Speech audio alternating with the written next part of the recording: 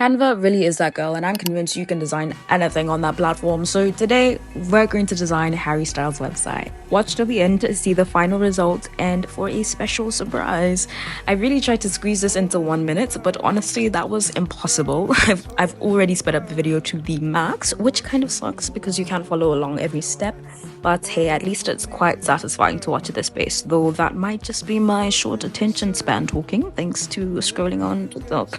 Anyway, I'm pretty proud of how closely I replicated Harry's site. The only difference is the fonts. The ones on Harry's sites require a purchase, and I wasn't about to drop money on fonts I will probably never use again. So I went with the closest matches I could find in Canva.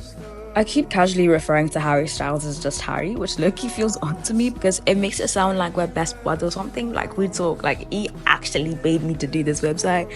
But then again, his name is Harry, so what else would I call him? Maybe Mr. Styles, just to keep it formal, you know, keep it demure, keep it, what do they say, cutesy? Anyways, let me know how I did in replicating Mr. Styles' website, and drop a comment on which celebrity's website I should recreate next. See you in the next one, and happy creating!